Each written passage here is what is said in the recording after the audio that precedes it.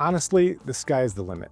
Technology is constantly evolving, and the goal is to always be aware of what new options are available. But a general list would be PLCs or PC-based control systems, sensors for monitoring, robots for part handling, welding, and assembly, conveyors for moving goods, and SCADA systems for plant-wide tracking and oversight. The first system we have fixed are hard automation.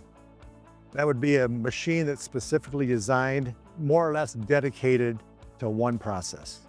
The second type would be what would be termed as programmable automation. For example, CNC machining center. The next step would be what would be termed as flexible automation. Machines that are designed to manufacture different products with simple tool changes. The last type of automation would be integrated automation. And that would be where you have a combination of different subsets of equipment that are put together by an integrator like Cardinal into a complete system.